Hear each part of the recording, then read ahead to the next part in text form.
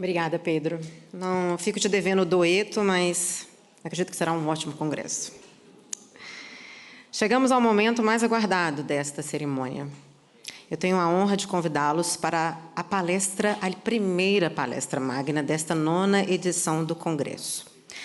Para isso, eu gostaria de convidar o professor doutor Joaquim Miranda Sarmento, ministro das Finanças, que em 2024 tomou posse como ministro de Estado e das Finanças do governo de Portugal, tendo sido reconduzido nesse cargo no corrente mês de junho. Ele é professor auxiliar de Finanças com agregação no ISEG, que é o Lisbon School of Economics and Management, e Universidade de Lisboa. Por favor, professor e ministro Joaquim Miranda Sarmento.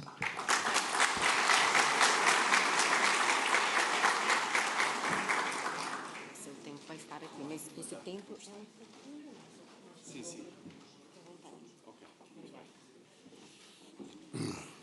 Muito boa tarde a todos. Queria agradecer à PIT a organização e o convite que me fez para estar hoje aqui e poder dizer algumas palavras sobre matérias fiscais, enquadrando naquilo que é naturalmente aquilo que foi a ação do 24º Governo, que durou sensivelmente um ano, entre abril de 24 até agora maio de 25, e aquilo que prevemos que seja a ação do 25º Governo e o nosso plano de ação para esta legislatura. O nosso programa de governo, e eu aqui vou referir-me ao Governo como, incluindo o 24º e naturalmente o 25º, e fazendo um bocadinho o balanço daquilo que fizemos neste último ano e aquilo que projetamos para os próximos 4 anos. O nosso foco do programa de governo de há um ano, e agora este que amanhã e quarta-feira será discutido na Assembleia da República, é um foco na competitividade e no crescimento económico. Portugal tem um problema, do ponto de vista da sua economia, de baixa produtividade dos 3 fatores, fator trabalho, fator capital e da produtividade total dos fatores. E essa baixa produtividade significa uma economia pouco competitiva e significa níveis de crescimento que são abaixo daquilo que deveria ser o potencial de crescimento da economia portuguesa. Nós devemos comparar-nos, como temos dito muitas vezes, devemos comparar-nos com os países que estão no nosso nível de desenvolvimento, que são os países da coesão, e devemos comparar-nos com esses países pela simples razão de que são esses os países que são nossos concorrentes diretos, são esses os países que, tal como nós, recebem fundos europeus mais do que aquilo que contribuem para o orçamento da União, portanto são recebedores líquidos de fundos europeus, e porque a teoria económica mostra que os países que estão mais atrás tendem a ter um efeito catch-up, ou seja, um efeito de aproximação face aos países que estão mais desenvolvidos. E, portanto, nós devíamos ter níveis de crescimento económico superiores àqueles que temos tido, mas o nosso PIB potencial, ou seja, a capacidade da economia crescer no médio e longo prazo, é relativamente baixo quando comparamos com os outros países da coesão. E, portanto, todo o nosso programa de governo e toda a ação deste último ano e a ação dos próximos 4 anos foi focada e será focada em resolver aquilo que nós designamos pelos estrangulamentos da baixa competitividade, da baixa produtividade e da baixa competitividade da economia portuguesa. E quais são esses estrangulamentos? Nós identificamos 10, eu vou corrê-los muito rapidamente para depois poder debruçar-me aqui exclusivamente sobre a parte do sistema fiscal, que é aquela que estará em discussão agora nesta conferência nos próximos dias. O primeiro constrangimento é o capital humano, a falta de capital humano nos diferentes setores da economia portuguesa, o êxodo de jovens altamente qualificados para outras economias. O segundo constrangimento, ou segundo estrangulamento, é a burocracia e o custo, o cost of doing business, a burocracia, os custos de contexto, aquilo que as empresas têm que passar em termos de licenciamentos, de autorizações, de regras, de documentos que têm que entregar à administração pública. O terceiro estrangulamento é a nossa justiça económica e também a nossa justiça fiscal. Eu depois já abordarei um pouco isso na parte do sistema fiscal. Nós temos uma justiça demasiado morosa, com tempos de decisão muito longos e que geram naturalmente incerteza junto dos agentes económicos. O quarto é a rigidez do mercado laboral e a falta de segurança que quem entra no mercado laboral tem, bem como os apoios sociais que estão muito dispersos, muito fragmentados e que não geram incentivos à participação no mercado laboral. Quinto, baixos níveis de inovação, de conhecimento, de qualidade, apesar de termos universidades que são cada vez mais de excelência, que estão cada vez mais nos rankings internacionais, seja na área das ciências económicas, seja na engenharia, nas matemáticas, nas ciências, nós depois temos pouca passagem desse conhecimento e dessa investigação para inovação e para a criação de valor nas empresas. Sexto, estrangulamento, o facto das empresas portuguesas terem níveis de dimensão muito baixos. Nós temos cerca de 1.500 grandes empresas, sendo a definição de grande empresa uma empresa com mais de 250 trabalhadores. Isto representa 0,1% do tecido empresarial português. Quando olhamos para a Alemanha, estamos a falar de mais de 1% das empresas alemãs que, com o mesmo critério, classificam como grandes empresas. Nossas empresas têm baixa dimensão e, portanto, têm dificuldades em ter ganhos de escala, em ser mais competitivas pelo efeito de escala e dimensão. Depois também estão bastante endividadas, têm níveis de alavancagem muito elevados, apesar de uma redução, de um deleverage, de uma desalavancagem muito significativa nos últimos 15 anos, depois da crise financeira e da crise das dívidas soberanas. Ainda assim, as nossas empresas têm falta de capitais próprios, de equity, e depois têm baixos níveis de internacionalização.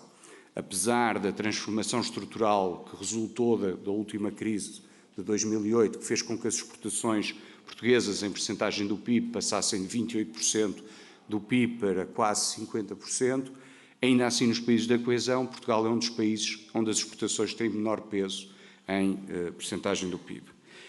Sétimo estrangulamento, uma despesa pública e, sobretudo, uma despesa corrente primária, ou seja, uma despesa sem juros e sem despesas de capital, sem investimento, que é das mais elevadas dos países da coesão e com baixos níveis de eficiência, portanto, uma despesa elevada para aquilo que depois é o nível de serviço, o nível de eficiência e o nível de retorno que o Estado dá aos seus cidadãos.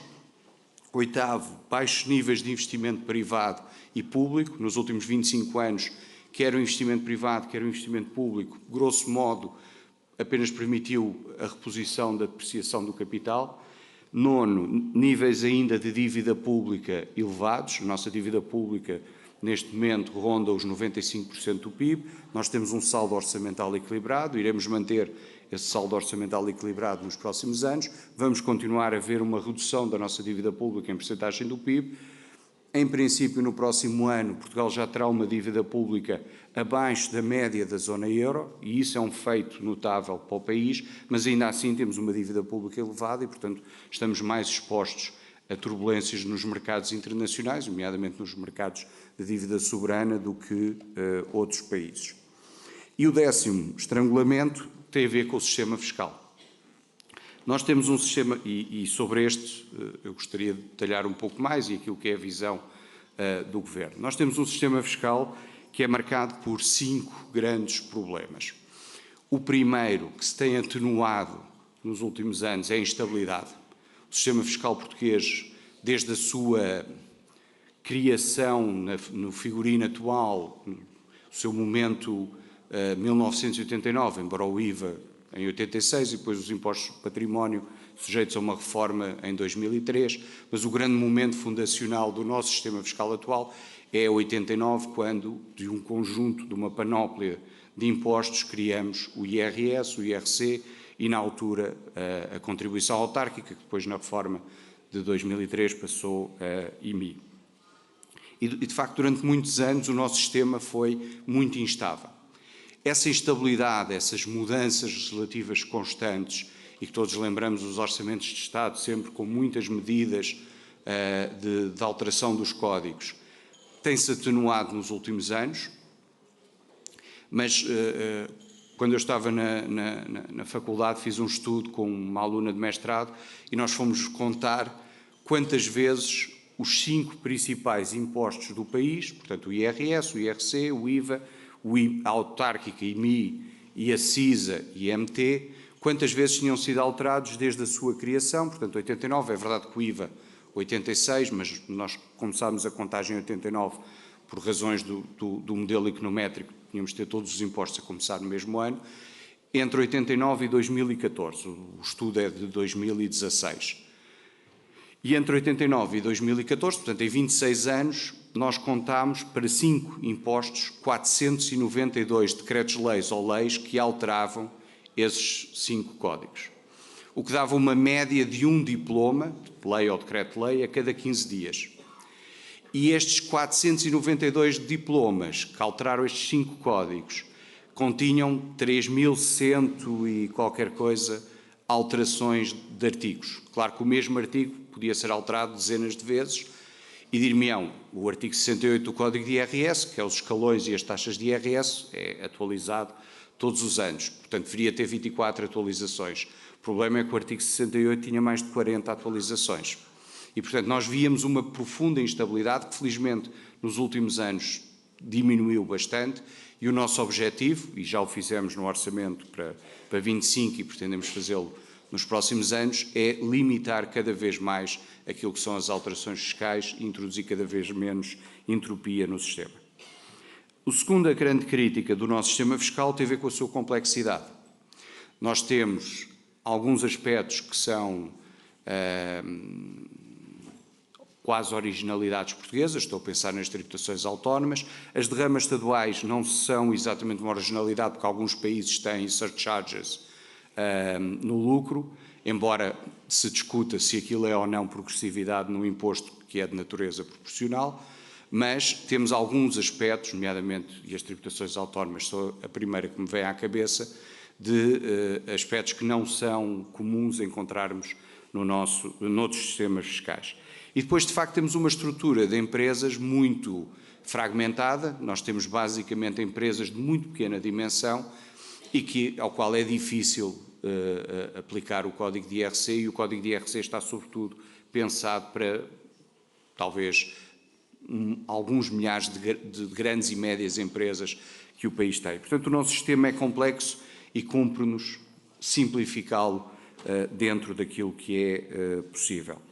Terceira grande crítica, elevados custos de contexto. Apesar do trabalho extraordinário que a autoridade tributária faz e fez nos últimos 25, 30 anos de modernização, e a autoridade tributária é seguramente o serviço público que melhor funciona no seu interface com os cidadãos. Não estou a dizer que não tem muita margem para melhorar, porque tem sempre.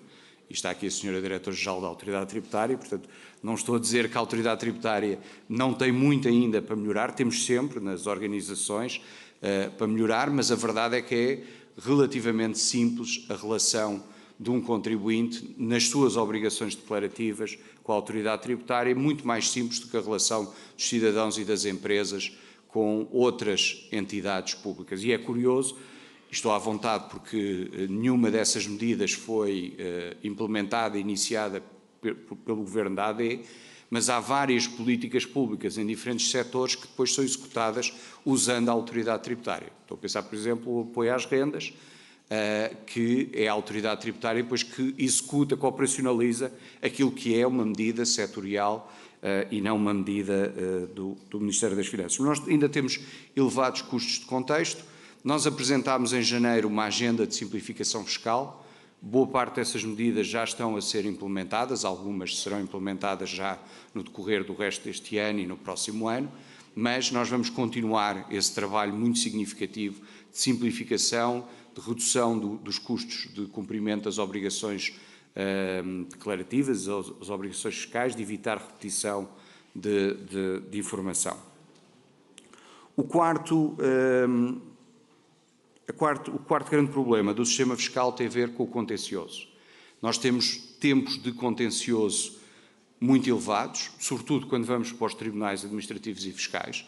Aqui há um mês e meio, obviamente que é um outlier, e portanto não podemos tomar como exemplo, mas aqui há um mês e pouco, e não é uma matéria fiscal, é uma matéria administrativa, é verdade, mas foi notícia que 4 colegas meus do ISEG, 15 anos depois, viram a primeira instância do Tribunal Administrativo e Fiscal dizer que o seu concurso tinha que ser anulado.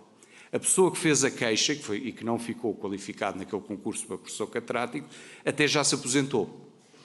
E, portanto, 15 anos depois há uma decisão de primeira instância. Como provavelmente a minha escola irá recorrer, não sei, mas admito que provavelmente irá recorrer, talvez venha a haver uma decisão do Tribunal Central Administrativo, não sei se isto é matéria para subir ao Supremo, desconheço, mas talvez venha a haver uma decisão final transitada em julgado, não sei, talvez mais daqui a 5, ou 7, ou 10 anos. Esperemos que quem litigou e quem não litigou ainda possa cá estar nessa altura, mas de facto mostra que o nosso sistema de contencioso e o nosso sistema de justiça fiscal não está a funcionar. E, portanto, nós temos que olhar para isso de uma forma, a fazer uma reforma profunda nessa área, e já direi o que é que o Governo pretende fazer. E depois a quinto grande crítica, ou quinto grande problema, é que nós temos taxas marginais de IRS e de IRC que, comparativamente aos países da União Europeia e, sobretudo, aos países da coesão, são demasiado elevados. E todos os agentes económicos tomam decisões na taxa marginal. Nós podemos discutir muito a taxa média, podemos discutir muito a taxa nominal, mas verdadeiramente aquilo que interessa é a taxa marginal. E quando olhamos para a taxa nominal marginal ou para a taxa efetiva marginal, Portugal tem das mais elevadas da União Europeia e das mais elevadas da OCDE, quer para as empresas, no IRC, quer depois para as pessoas no IRS, olhando aos escalões de rendimento. O mesmo nível de rendimento noutros países da coesão, mesmo corrigido por paridades de poder de compra, tem níveis de tributação mais baixos do que Portugal. E isso claramente é um desincentivo a que as empresas se instalem em Portugal e que os melhores recursos humanos também possam viver e trabalhar em Portugal. Neste último ano, como eu disse, nós fizemos uma simplificação orçamental no Orçamento de Estado, fizemos a agenda para a simplificação fiscal que estamos a implementar, baixámos as taxas de IRS em junho de 24, voltámos a baixar o IRS, não através das taxas, mas através da atualização dos escalões no Orçamento para 25, nós atualizámos os escalões a 4,6%, quando a inflação prevista para este ano é 2,3%, portanto esta atualização dos escalões ao dobro da inflação significa uma redução do IRS pago pelas famílias e baixámos a taxa de IRC. Também temos procurado reforçar os meios e valorizar o capital humano da autoridade tributária e trabalhámos em diversas frentes que agora, no início do 25º Governo, vão nos permitir continuar este trabalho e apresentar novos programas e medidas. Nós pretendemos, até ao final da legislatura, baixar o IRS em 2 mil milhões de euros, com uma redução de 500 milhões já este ano, a ser aprovada nas próximas semanas.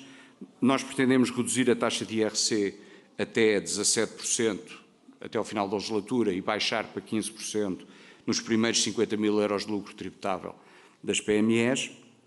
Queremos criar um regime geral de taxas, no âmbito da simplificação, criar um código único das taxas que permita uniformizar e simplificar todas as taxas e emolumentos que existem. Nós pretendemos prosseguir a agenda para a simplificação e para a redução dos custos de cumprimento, estabelecer uma forte simplificação fiscal e, nos próximos meses, apresentaremos um programa ambicioso de combate à fraude e evasão fiscal. E, nesse aspecto, nós sabemos que Portugal fez avanços muito significativos no combate à fraude e evasão fiscal. O e-fatura é um exemplo de sucesso de redução da fraude fiscal, nomeadamente em sede de IVA, mas há ainda muito trabalho para fazer nessa área. Nós temos a noção de que ainda existe algum nível de evasão fiscal que é possível combater e, portanto, há ganhos de eficiência que permitem uma maior arrecadação de receita e, com isso, reduzir as taxas de IRS e de IRC e, portanto, vamos atuar naquilo que são os grandes fatores da evasão fiscal. A capacidade de detecção por parte da autoridade tributária e, naturalmente, aquilo que é todo o trabalho de auditoria, de inspeção, de simplificação que permite essa detecção e depois, naturalmente, aquilo que é toda a parte, digamos, se quisermos, de punição ou de consequência de quem é apanhado a cometer um crime ou uma ação de evasão e fraude fiscal. Em termos do contencioso, vamos fazer uma reforma dos tribunais tributários, com vários aspectos que estão a ser preparados entre as Finanças e o Ministério da Justiça, seja a atribuição de equipas especializadas na área económica, financeira, contabilística a estes tribunais, seja alterações no funcionamento dos próprios tribunais, a sua modernização tecnológica. Vamos criar 2 juízes específicos para decisão de processos cujo valor seja superior a 1 milhão de euros. Vamos rever a arbitragem tributária, que é um caso de sucesso em Portugal e que merece ser revisto nas suas competências e no alargamento do âmbito da sua atuação. Vamos procurar formas de processo simplificadas para a resolução de casos de menor complexidade, forçar a celeridade e eficácia dos pedidos de informação vinculativa e vamos, naturalmente, continuar a apostar na capacidade, nos meios tecnológicos e na valorização do capital humano da autoridade tributária. O nosso sistema fiscal, como eu tenho dito muitas vezes, o sistema fiscal não é silver bullet para os problemas do país, não vai resolver por si só os problemas do país. O sistema fiscal é muito mais do que as taxas de imposto de IRS e IRC, mas também é as taxas de imposto, mas é muito mais do que isso, como eu referi. Mas o sistema fiscal, não sendo a silver bullet, não deve ser um fator de estrangulamento da nossa competitividade, da capacidade de atrair investimento e, sobretudo, investimento direto estrangeiro e grandes projetos industriais e na área tecnológica e de serviços que possam alavancar a economia portuguesa. E, nesse aspecto, nós temos muito trabalho pela frente. Queria saudar mais uma vez a APIT pela organização desta conferência, deste 9º evento luso-brasileiro e agradecer mais uma vez o convite e o tempo que me deram para expor algumas das ideias do Governo. Muito obrigado.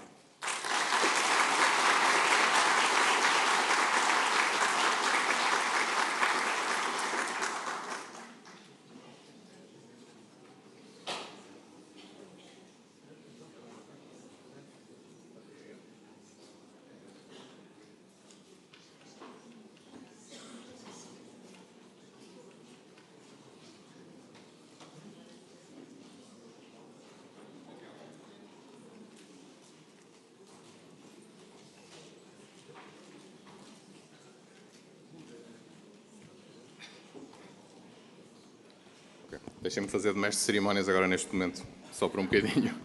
I'm going to ask Mr. Benedict Herman.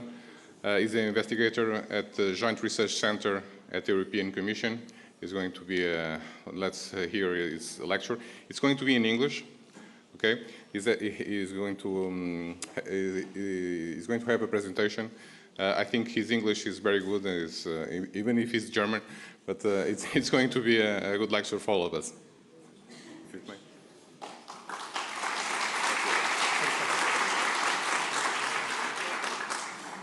Yeah, good afternoon. Thank you very much for the invitation to present here in front of this impressive audience about one topic which might not have been on your screen, but might be very important also for Portugal. Before I start the presentation, I just realized I had forgotten there should be a disclaimer on the slide that whatever I'm saying here is not necessarily the official position of the European Commission, but my personal opinion as a researcher, as which I was invited here to join and present some part of my research.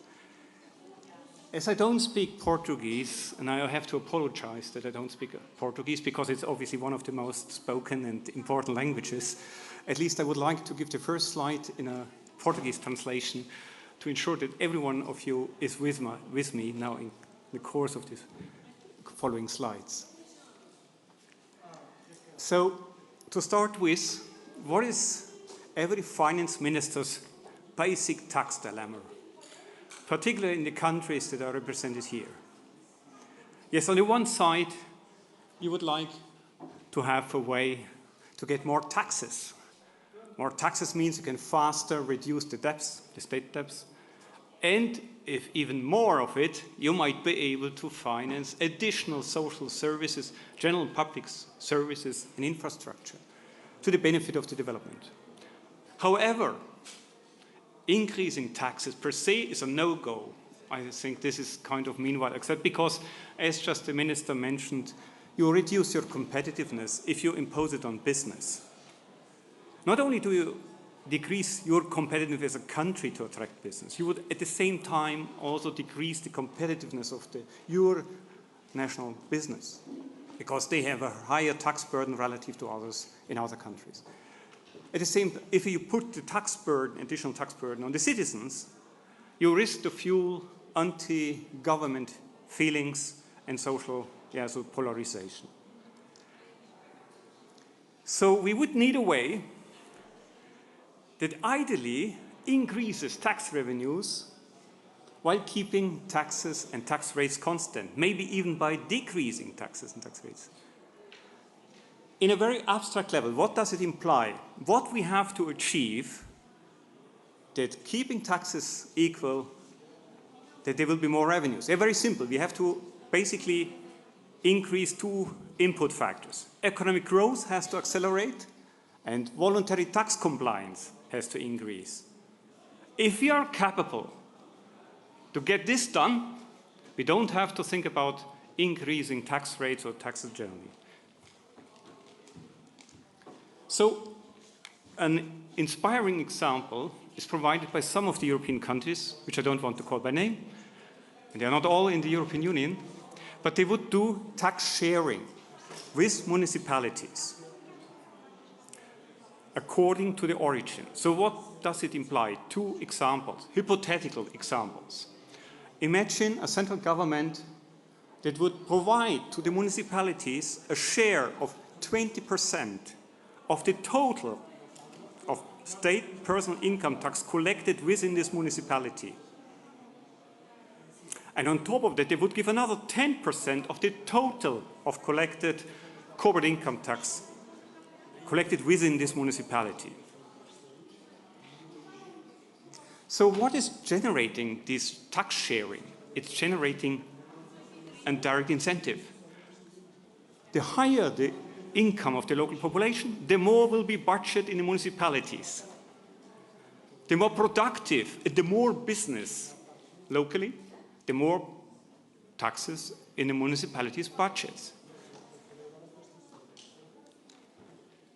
So this automatically triggers the following behavioral reactions. All of your municipalities will become automatically your ally because they're keen to get their local economy to grow, independent of the political background, independent of the capacities. They get now interested in it.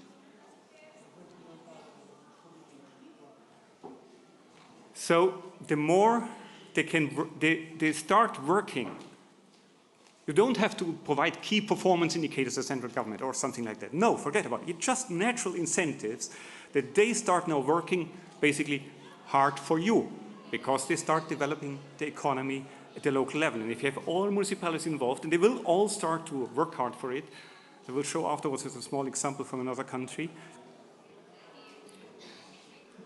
they will create local business hubs which make competitiveness of your country increasing. Because you now have municipalities in a competition with against each other, well, just return back, in a competition with each other to create the best local condition for business. Now you might tell me, Mr. Herman, you have a very romantic idea about municipalities. They're not important for economic development. Then I would tell you, you are completely mistaken. Economic growth, every one of us knows, those who have gone through economics study, is based on three main factors: labor, capital, and land. We have loads of literature on labor, loads of literature on capital. We never talk about land, because land is kind of assumed to be a commodity of the private market and so on. Yes, formally it's a commodity of the private market, but in the reality of Europe today, and most countries worldwide, the use of land is in the hand of whom? In the hands of the municipalities. You might have as much private property as you want on your land. If the municipality is against to use it for a big factory, you are lost. So municipalities are managing the use of land. So they are the kind of the gatekeeper, whether the local land is used for housing or for commercial industrial production or for both. Now, any one of you, whoever in his life has been member of a local council, involved in a decision on land use, you might know that this is a very tough decision to get land used for commercial industrial activities. Why is that? Because commercial industrial activities create so-called negative externalities. They are unpopular. Nobody wants to have, think about yourself. Would you like to have a factory in front of the house where you're living? Possibly not. And it is also to most other peoples. So you as a municipality, you have to fight very hard for local additional economic activities against so-called not in my backyard effect, which is globally known. So municipalities have to work hard to get the economy, the business, the land and the buildings they need. The second thing is, in many of European countries, and I guess in part also in Portugal, municipalities are in charge of the implementation of many national regulations, regulation on construction permits, construction control, product, labor, environment, whatever. Now, the implementation is costly. It needs people from the local administration to be involved. And it makes a difference for business, whether you do it fast or slowly. The minister just talked about the issue of, we have this bureaucracy in Portugal. I'll give you an example from a World Bank study on Italy. They were looking with real-life field experiments, how long in 2019 did it take on average to get a construction permit for a company across Italian cities. And here, two extreme cases. The longest duration was in Reggio Calabria, in the very south of Italy, where it took 325 days, while the shortest in the city of Milan, 105. So what does it imply? This implies that in the case of Reggio Calabria, the central state would lose 200 days of a productive company generating income tax for the employees, generating corporate tax, compared to Milan. And to be honest, now very frankly, Milan itself is not necessarily kind of the world champion in fast processing. I was told by Italian entrepreneurs in Switzerland you will get the same construction license in not more, maximum 20 days. So the Swiss government is earning not more from the same company, not because they're in any way somehow better, because just the municipality, the local level works fast, committed, and want to have it, because in Switzerland they have a share of personal income tax and from the corporate income tax of the local business. Other levels of municipalities, quickly, so the quality of physical infrastructure, the education, social service, social stability. But there's one point which I think is very important for you, namely referring to Portugal and Brazil. You are extremely lucky. You have a country which is disposing of natural, incredible amenities, which would be easy to use to attract the finest of working highly skilled people, labor, back to Portugal. Countries like Finland, Sweden, don't quote me, but they're mostly in the dark. Yeah, you have really the amenities. You could become the California of Europe. So, recapitulating this incentive effect. Give a share as a central government to the municipalities, a share in the direct taxes, in the direct taxes, personal income tax, corporate income tax, and you will incentivize the municipalities to work now hard for you to create best possible local conditions for developing whatever economic activity, from the single sole lawyer to the big company, but also the many small, medium-sized business between them. So there's another issue that comes along, and this is very important for you as tax inspectors. In the moment you do tax sharing, paying taxes with the municipalities, this paying taxes becomes much more tangible. Why you pay taxes for any taxpayer, for the normal citizen, like for the business. Imagine yourself, if you would know that, say, 50% of your personal income tax does not go to the capital city, but goes to the municipality where you're living. I think intuitively most of us would agree that this is kind of increasing our readiness to pay honestly the taxes, because we understand very well, if I don't pay it, yeah, who should finance the renovation of the school? I see directly the connection, the link between my tax payment and what I get for it. Important that by this, and this is now my background, behavioral economics, there plugs in an interesting mechanism. Once you have some people only ready to pay fully the taxes, being fully tax compliant, they don't want to be locally among their peers, the kind of, let me put it very bluntly here, don't quote me, the losers who pay for everyone else. So the local business and citizen become automatically kind of your informal allies. Also the mayor. The mayor would like to have anyone to be as tax compliant as possible, because the mayor, the local council, takes benefit from it. So they become informally the ones that would push on all possible opportunities. Come on, pay your taxes. If you want us to deliver good services, pay your taxes honestly. And the more, of course, at the same time, the local government is under scrutiny now of the local citizens in the business, because citizens and people will say, well, you get 20% of my personal income tax. No, please, deliver for my money. I saw this in a context. I will show you one more example of Ukraine. This is incredible, this effect. It goes, zack, the next moment. When the moment you have the tax sharing, it started to kick in. So the municipalities are forced by the local electorate to deliver best services. Empirical evidence for that, there's still few out there, because it's only since 2-3 years a topic. There's one famous experiment, paper out taking the example of China. The post-reform China, after Deng Xiaoping, introduced the tax sharing with the entrepreneur tax. The enterprises had to pay taxes, and a share of these taxes went to the local government where they were located, which was is shown by the paper of Chen and co-authors, was a major driver of the economic success of China.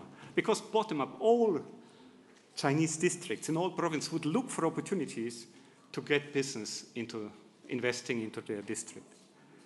Another example is work recently published with Farese and Maximiliano on the example of the two fiscally autonomous provinces, Bolzano and Trentino. And they nicely can show, with a cross-border discontinuity of municipal revenues and per capita income, they have very high-grained data on people's income, that indeed in these two provinces where there's tax sharing taking place, they get a substantial share of the personal income tax and corporate income tax. Indeed, the per capita income is growing faster than in neighboring municipalities in Veneto and Lombardy. Now, I would like to show you one more reform I was personally involved, the Ukraine's decentralization reform that started in 2015 and came to an end in 2020. So in the course of this reform, there were new local governments being formed, and after their constituent elections, they received 60% of the state personal income tax collected within their jurisdiction. All the other settlements, all the other local governments had no share in personal income tax. They would live from the transfers from the central state. So we had 5 years, from 2016 to 2020, where in Ukraine there were two fiscal structures coexistent. Local governments that lived mainly off state transfers, and local governments which had almost no state transfers but the 60% share of personal income tax. Now, in a joint work with Professor Felix Rössl and Alexei Hermaniuk, we looked into the effect. What I show you here is on the left side, the cumulative growth in personal income tax revenue per capita. They had exactly the same starting point, interestingly, both types of local governments, in 2016, from 2016 to 21. On the first bar, you see the local governments that lived mainly from, were financed mainly by these transfers from state administration. On the right side, you see the municipalities that mainly had their revenues from the 60% share in personal income tax. And what you can see, it's at more than 15% difference. It's much higher in the local governments which have a share in the personal income tax. So it's work in progress. I know now you can then come up with some concerns. We are considering the concerns always regarding causality and so on. Don't want to bother you with the technical details. The main result remains. Ukraine is showing us a fantastic example, a unique case, and it shows us that tax sharing pays off for you as a state. You will get more in terms of growth of economy. We can show with nightlight data that indeed the local governments with the share in personal income tax is growing faster in their economy and their personal income tax. And the personal income tax increase is stronger than the economic activity increase measured by nightlife, which is an indication that indeed also tax compliance is starting to grow. Let me quickly, I don't know how many minutes is left, so put Portugal currently in the context. Yeah? Shared income taxes across the EU. Here, on this diagram, we show you the share of municipal revenues that come from origin-based income taxes. It doesn't work here. You can see we have countries like Slovakia in the top, followed by Slovenia and Malta. The share is very low. But we have countries like, at the very end, Sweden, Denmark, Estonia, Finland, Latvia, Germany, Romania, Belgium, where this share is very high. And I think it rings a bell. When you look at these countries, these are all countries with growing constant high income. Let me take two cases, the case of Portugal and Finland, and let them compare with each other regarding the revenue structures of the municipalities. So what you can see here is that in the case of Portugal, the revenues from taxes is mainly the property tax. There's only a minor revenue flow from the municipality's share in personal income tax and corporate income tax. It's not a real share, it's a kind of, you can waive it, so it's kind of conditional revenue. Now, regarding the property tax, there is something in it that's maybe suboptimal, because depending mainly on a property tax means that you are even more against new industrial developments, because they will reduce the market value of your residential stock. If you add social housing in your municipality, it will reduce the value of your existing residential housing stock. So you might be against it. Compared with Finland, in Finland you can see that 42% of the municipality's revenue is their share in the personal income tax, and there's another small but not neglectable revenue flow coming from the corporate income tax. So here we show you the shares of municipal revenues from these direct taxes, comparing Portugal again to Finland. Take your own data we have collected over the last 2 years. And what you can see is that in Portugal, there is no municipality which has really high revenues from anything relating to direct taxes. Yeah? While in Finland, even in the very north, so far away from everything, you have municipalities with substantial revenues, more than 40 to 50% coming from personal or corporate income tax.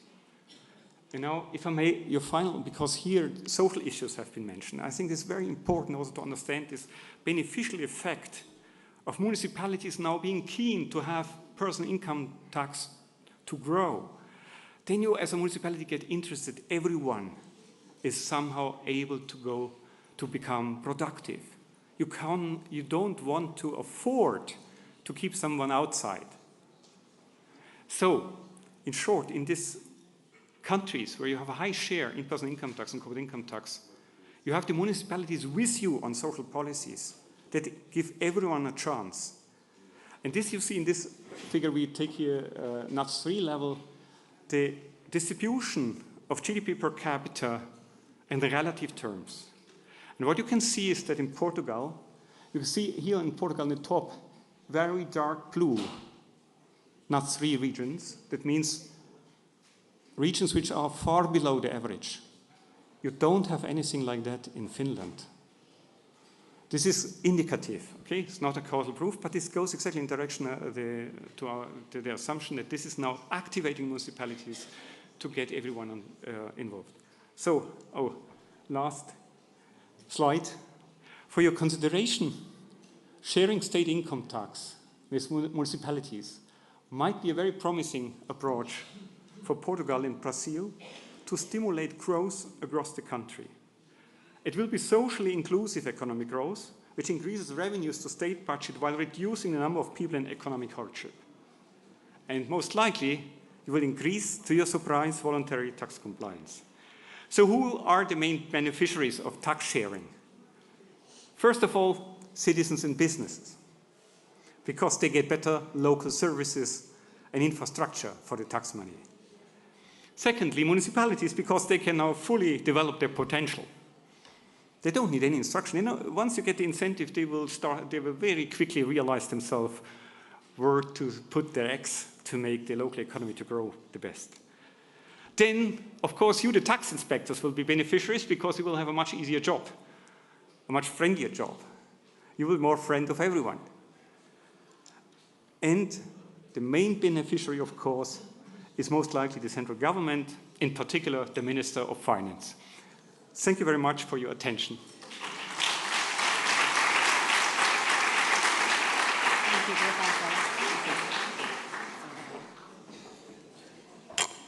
E a última palestra magna deste primeiro dia do 9º Congresso Luso-Brasileiro de Auditores Fiscais, eu convido pelo Brasil o secretário Bernard Dapi, secretário especial para a Reforma Tributária do Brasil. Bernard. Você tem palestra? Não, né? Aqui vai estar seu tempo, fica à vontade. Tá bom, obrigado. Boa tarde a todos.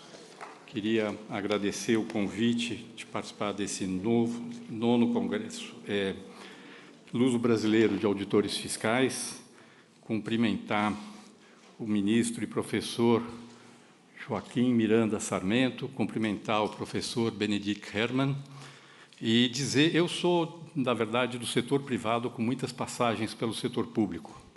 Estou completando agora meu 9º ano no Ministério da Fazenda, em 2 passagens, tenho 2 anos no Legislativo, e nesse processo aprendi a admirar muito o trabalho dos auditores fiscais. Deixar bem claro, embora eu não seja auditor fiscal, eu sou um admirador do trabalho de vocês.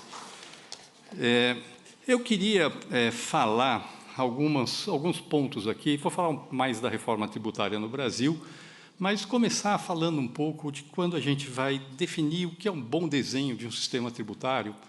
A gente tem os objetivos, estão lá colocados nos livros-textos. Então, um bom sistema tributário, ele tem que prejudicar o mínimo possível o crescimento econômico, uma dimensão de eficiência, ele tem que ter uma dimensão de equidade e, sim, na medida do possível, contribuir para ter uma sociedade mais justa, reduzir as desigualdades sociais, tem que ser simples e tem que arrecadar. A função básica da tributação é financiar as políticas públicas. Não adianta ter um sistema tributário que é lindo no papel e que não arrecada nada por conta de informalidade ou evasão fiscal e questões assim. Então, esses objetivos estão dados, estão lá, estão colocados na literatura. Mas tem restrições. Primeiro, tem que fazer opções. Eu vou privilegiar mais a dimensão de eficiência, a dimensão de equidade. Isso varia entre localidades. Tem localidades em que a preocupação com o efeito da informalidade é muito maior do que em outras, e isso é importante. Não adianta a gente pegar um sistema tributário de um país e transplantar para o outro, que é diferente daquele primeiro país. E, na verdade, a forma como você consegue compatibilizar esses objetivos varia ao longo do tempo. Ela varia entre localidades, entre países, mas ela varia ao longo do tempo. Varia ao longo do tempo por causa da tecnologia.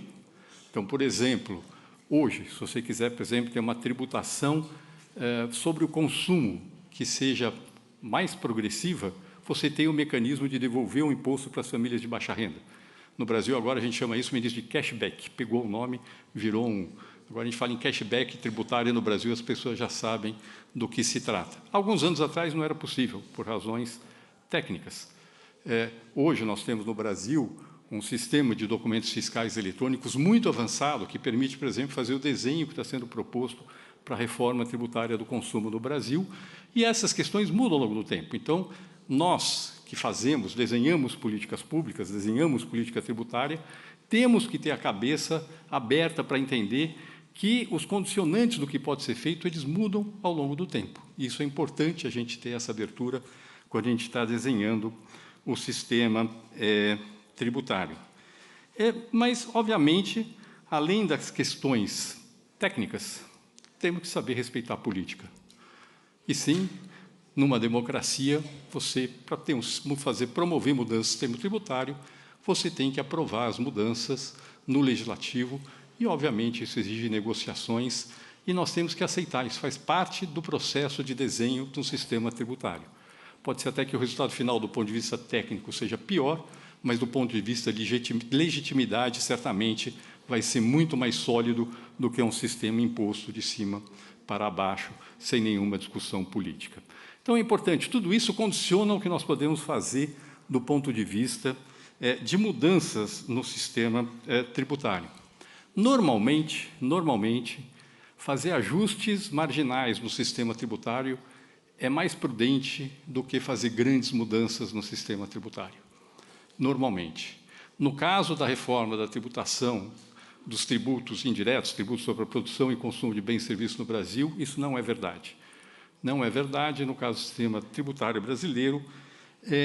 A opção que foi feita foi por um Big Bang, uma reforma absolutamente ampla, a extinção dos tributos atuais, a substituição por novos tributos, por conta do estágio que nós chegamos de distorções e a dificuldade de fazer o ajuste que precisa ser feito de forma marginal. Bom, na verdade, a gente vem discutindo no Brasil uma mudança na tributação dos tributos sobre o consumo há décadas. Pelo menos desde a Constituinte de 1988, esse tema vem sendo discutido no Brasil, com várias propostas mal-sucedidas, algumas mais amplas, algumas mais restritas, e nenhuma delas foi bem-sucedida. Bom, e aí a gente pergunta, mas por que é importante mudar o sistema de tributação do consumo no Brasil? E aqui, pelo menos, nós temos um quase consenso internacional sobre o que é um bom modelo de tributação do consumo, que é um bom imposto sobre valor adicionado, um bom IVA. Um bom IVA tem algumas características. Primeira característica, uma base ampla de incidência de mercadorias, serviços e intangíveis. Toda forma de organização da atividade econômica deve ser tributada. Isso é especialmente importante na nova economia, em que cada vez mais a fronteira entre o que é tangível e intangível se torna menos clara, entre o que é mercadoria e o que é serviço se torna menos clara. No Brasil, nós temos uma base tributária totalmente fragmentada entre as 3 esferas da federação. O Brasil é uma federação com 3 esferas federativas: a União, os estados e os municípios. E, neste processo, a nossa base está fragmentada. Os estados tributam circulação de mercadorias pelo ICMS, os municípios tributam serviços com o Imposto sobre Serviços, o ISS. Segundo, um bom IVA ele tem não cumulatividade plena, ou seja, todo o tributo que é pago ao longo da cadeia de produção e comercialização é recuperado na forma de crédito, de forma que isso leva a uma situação de neutralidade, em que a tributação não distorce a forma de organização da economia. No Brasil, nós temos um sistema com muitos resíduos de cumulatividade, muito importantes, desde tributos puramente cumulativos, como é o caso do ISS, até uma série de restrições à recuperação de créditos tributários no âmbito dos tributos não cumulativos, como é o caso do ICMS, e o PIS/COFINS não cumulativo, no caso da União. Terceira característica, um bom IVA é tributado no destino. No Brasil, os nossos tributos estaduais e municipais, eles têm uma tributação mista, mas dominantemente na origem, tanto no caso do ICMS, que tem uma alíquota interestadual e a diferença entre a alíquota interna e interestadual é cobrada no destino, como no caso do ISS, que, exceto por poucos casos, como serviços vinculados a imóveis, é tributado basicamente na origem. E a tributação na origem tem uma série de consequências negativas, uma das principais é a guerra fiscal entre os entes da federação, que no Brasil se tornou extremamente ineficiente. Talvez há algumas décadas atrás, a disputa entre os entes federativos na atração de empreendimentos via benefícios fiscais tenha tido algum efeito de redução de desigualdades regionais. Hoje em dia, isso não funciona mais. Eu diria que hoje a maior parte dos benefícios estaduais do ICMS serve para atrair empresas que, se não houvesse benefício nenhum, iriam exatamente para onde elas estão, e você dá o benefício por quê? Porque você não dá, o seu vizinho vai dar e vai roubar a sua empresa para ir para o estado vizinho, e isso é o que acontece. Nós estamos falando aqui que não é pouco. Nós estamos falando de benefícios que alcançam cerca de 2% do PIB hoje do Brasil, extremamente ineficientes, que ou não servem para nada, porque se não houvesse benefícios, a organização seria a mesma, ou distorce a forma de organização da atividade econômica. No Brasil, por exemplo, se você monta um centro de distribuição, não onde o custo de logística é menor, mas onde o benefício tributário é maior. E temos situações, literalmente, de um caminhão que sai do estado A, vai para o estado B, vai para o estado C e volta para o estado A só para pagar menos tributos. Isso literalmente acontece no Brasil hoje, em função dos benefícios tributários e diferenças entre alíquotas internas e entre alíquotas interestaduais. E, por último, um bom IVA tem que ter uma legislação simples. O Brasil tem hoje uma das legislações tributárias mais complexas do mundo, com certeza absoluta.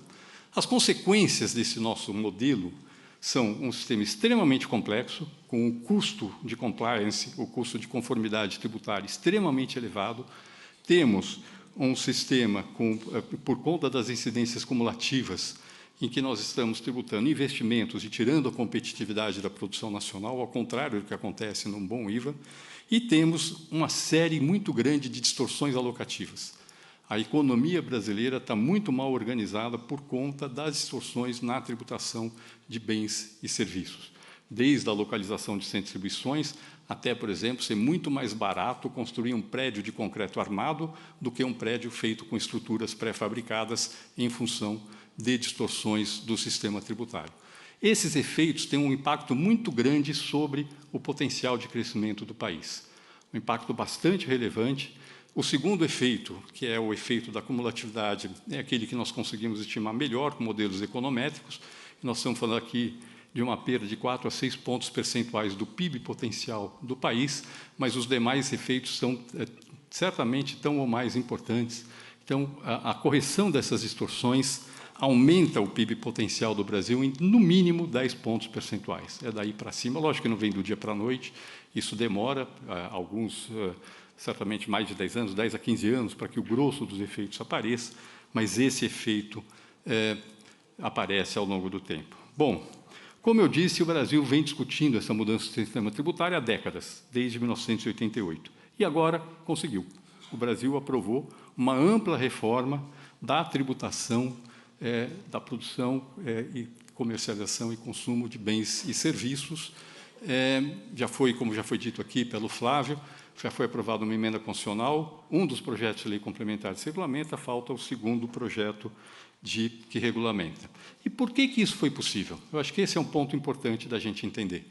E até para dar um pouco de esperança para aqueles que têm objetivos de mudanças profundas no sistema tributário.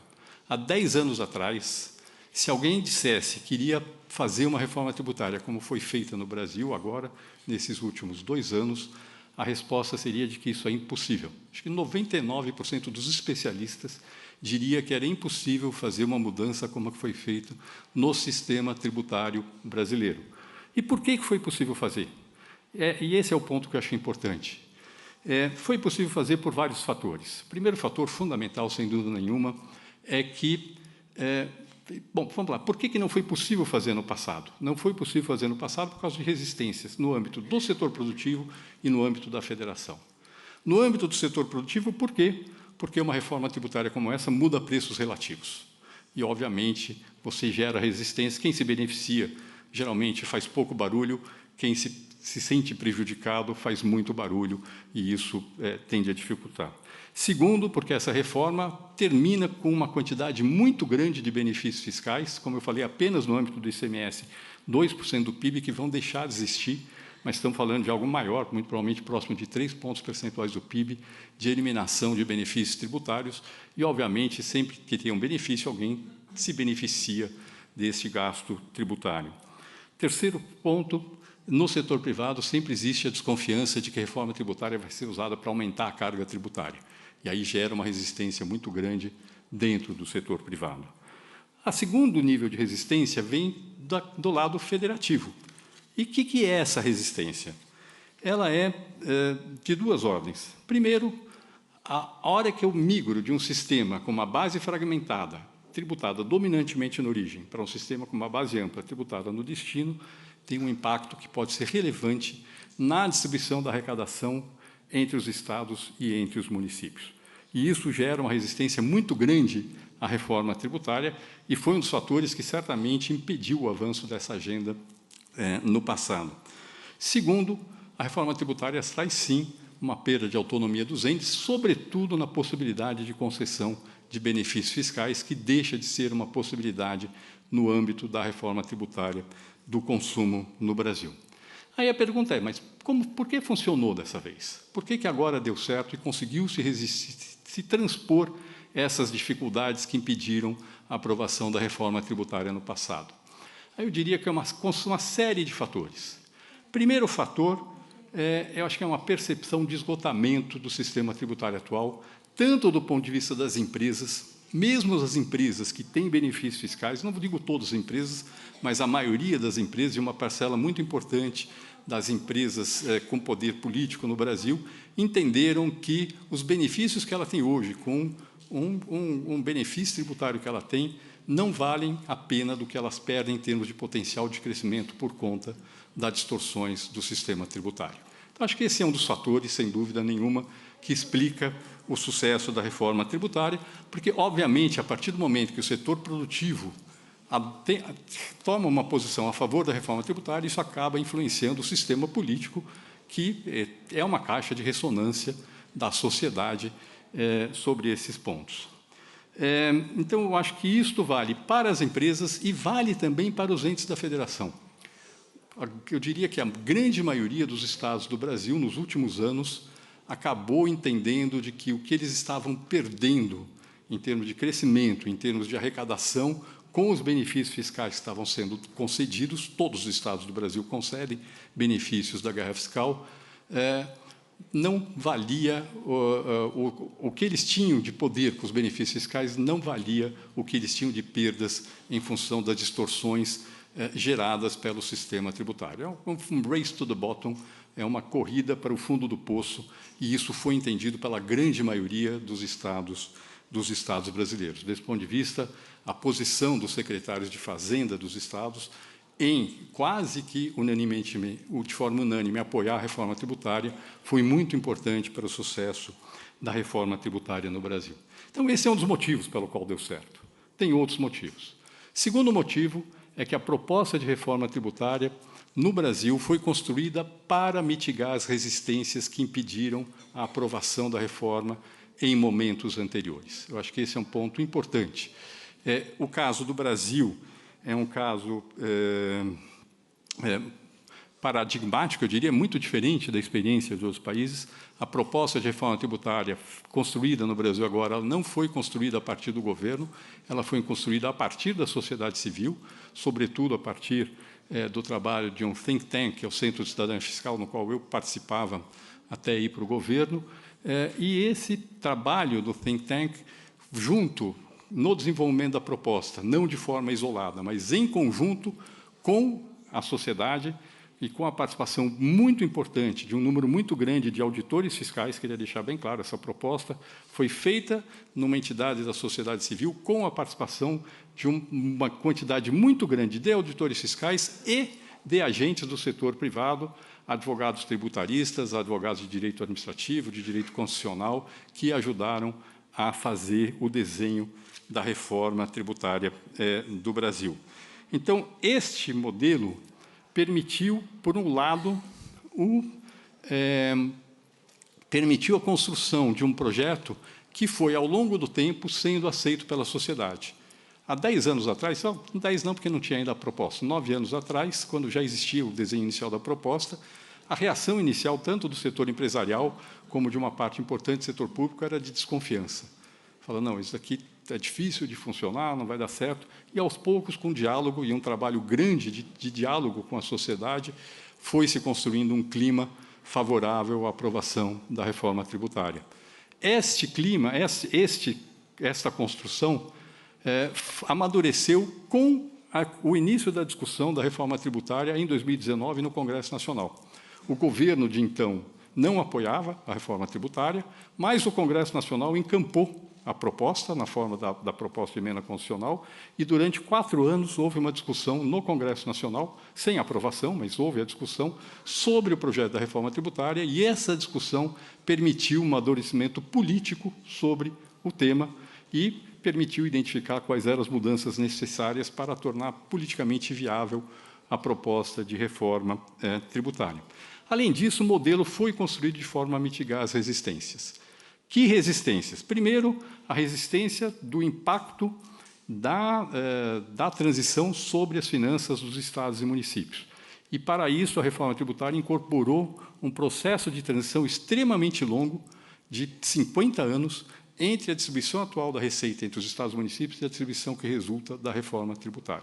Então, essa é uma mudança extremamente importante que mitigou resistências.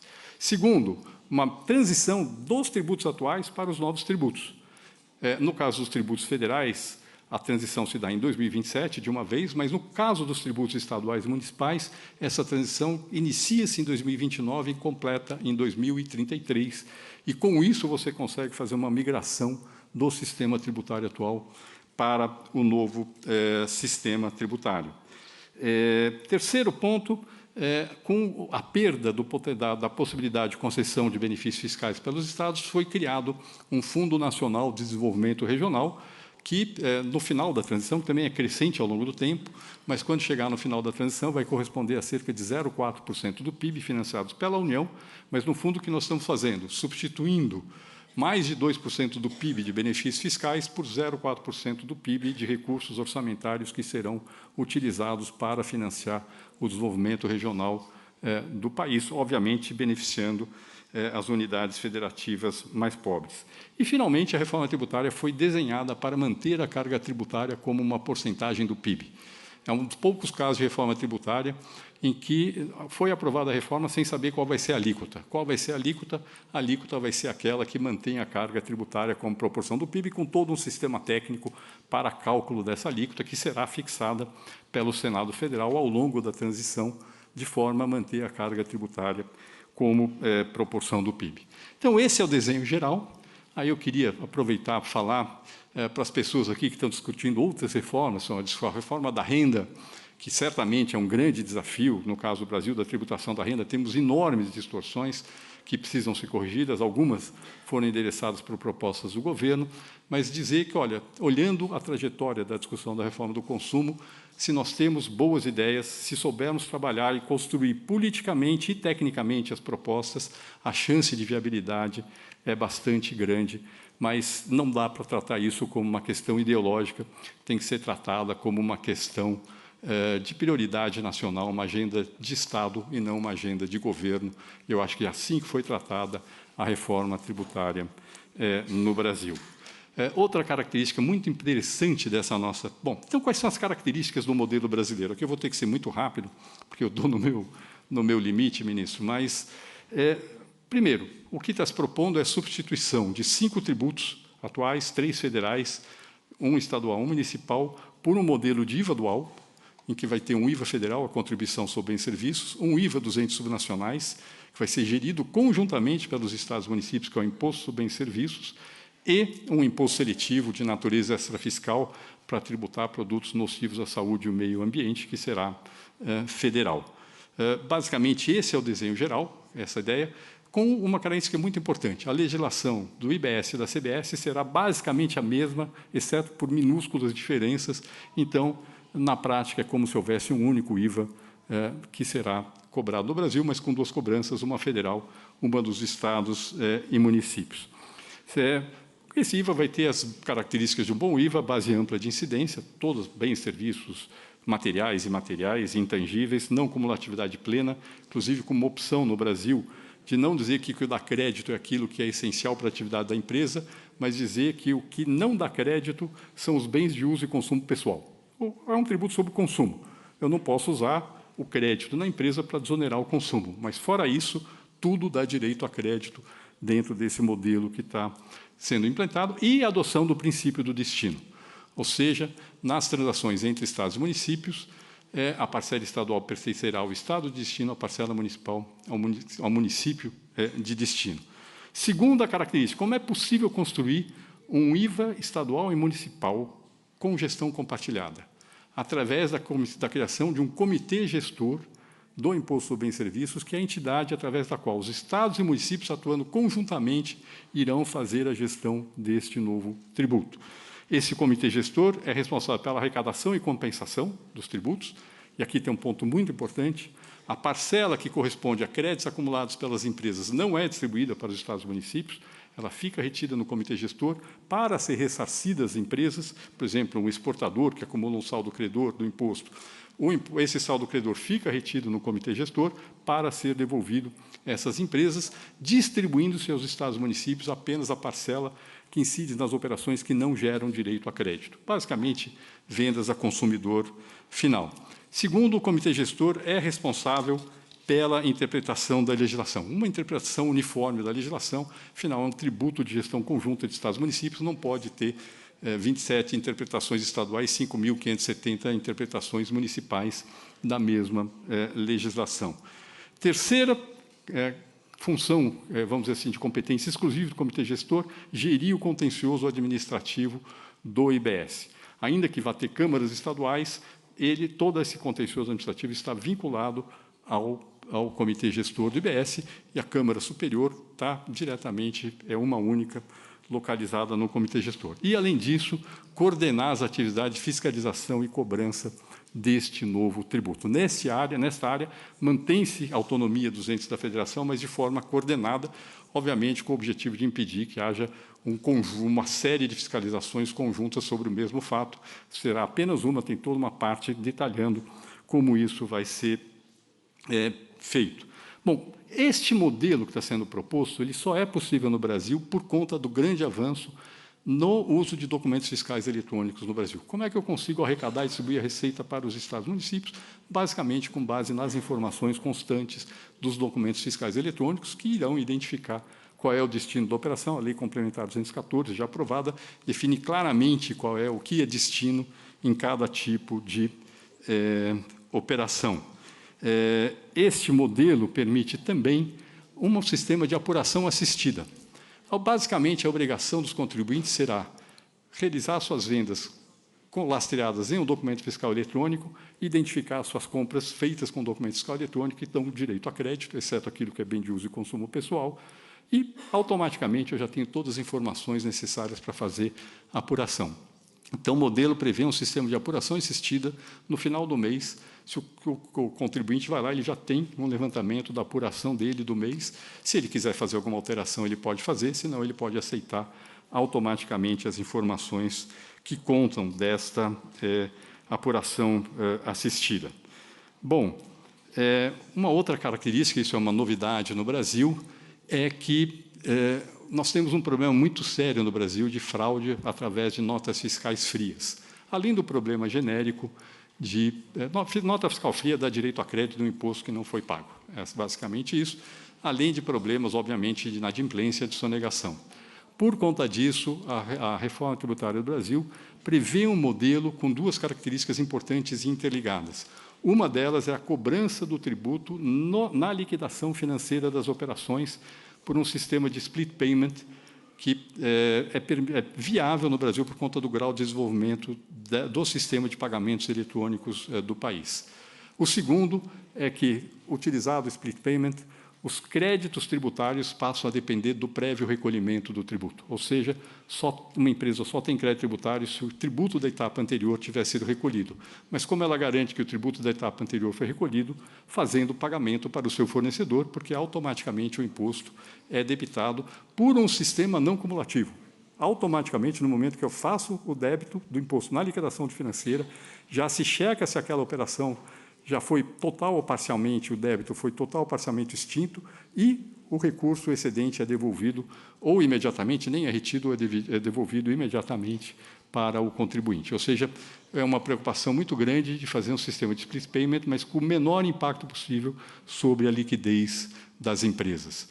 E essa é uma característica do modelo brasileiro. Fora isso, tem a questão da transição, que eu já falei, tanto a transição dos tributos como na distribuição federativa da Receita, e, obviamente, alguns regimes diferenciados de tributação, uma parte deles consequência da tramitação política da reforma tributária. Eu adoraria ter, por exemplo, um sistema com uma alíquota uniforme para tudo e um mega sistema de devolução do imposto para os contribuintes, um cashback, poderia ser até universal, poderia fazer um sistema em que os 10% mais pobres receberiam 100% do imposto, eu travaria esse valor e carregaria para todo mundo. O 1% mais rico da população brasileira consome, sei lá, 50 vezes mais que os 10% mais pobres, então estaria devolvendo 100% para os 10% mais pobres, 2% para o 1% mais rico da população. Infelizmente, na tramitação do Congresso, o Congresso optou por manter alíquotas reduzidas, inclusive alíquota zero em alguns casos, para aqueles casos que vocês conhecem bem aqui, cesta básica de alimentos, demais alimentos, educação, saúde, hotéis, restaurantes, etc. e tal, e isso faz parte da democracia. O sistema não é o ideal do ponto de vista técnico, mas é muito melhor do que o que nós temos hoje.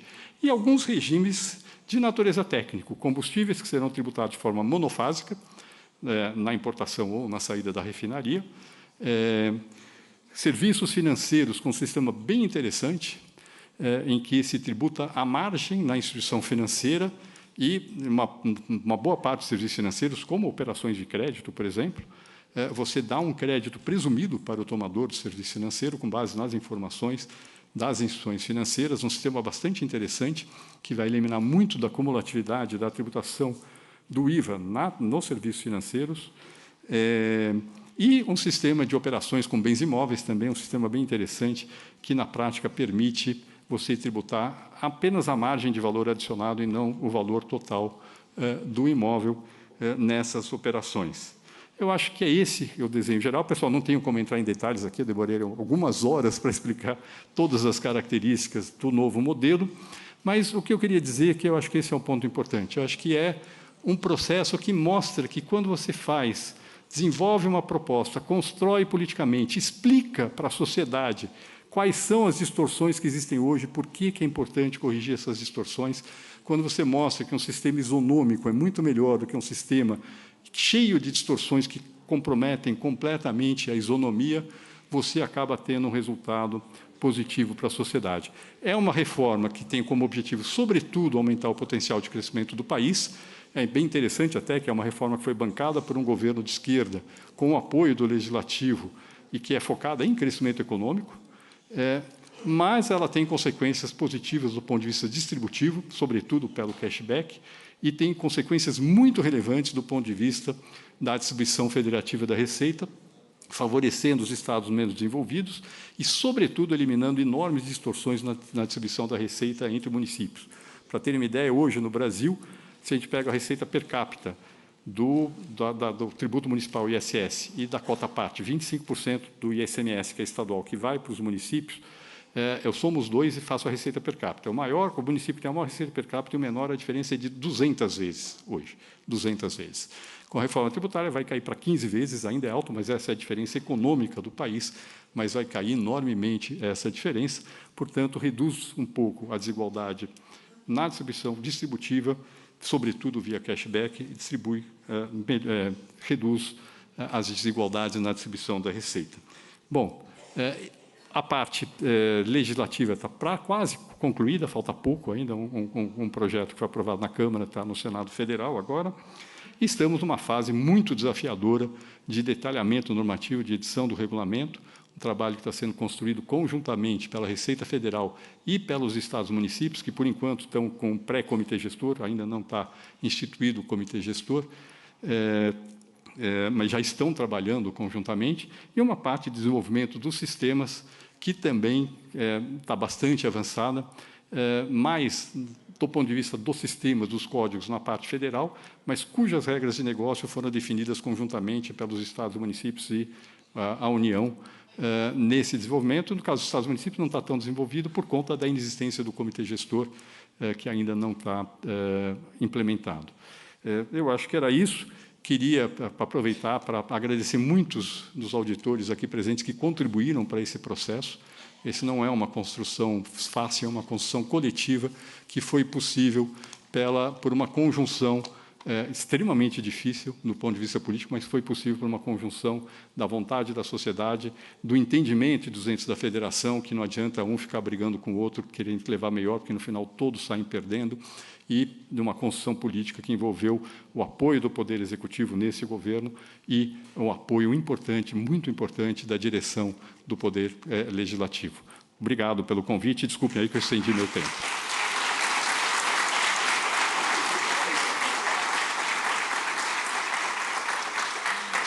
Obrigada pela palestra, Api. Bom, agora nós vamos entrar com a participação ao vivo, diretamente do Brasil, do presidente da Febrafite também,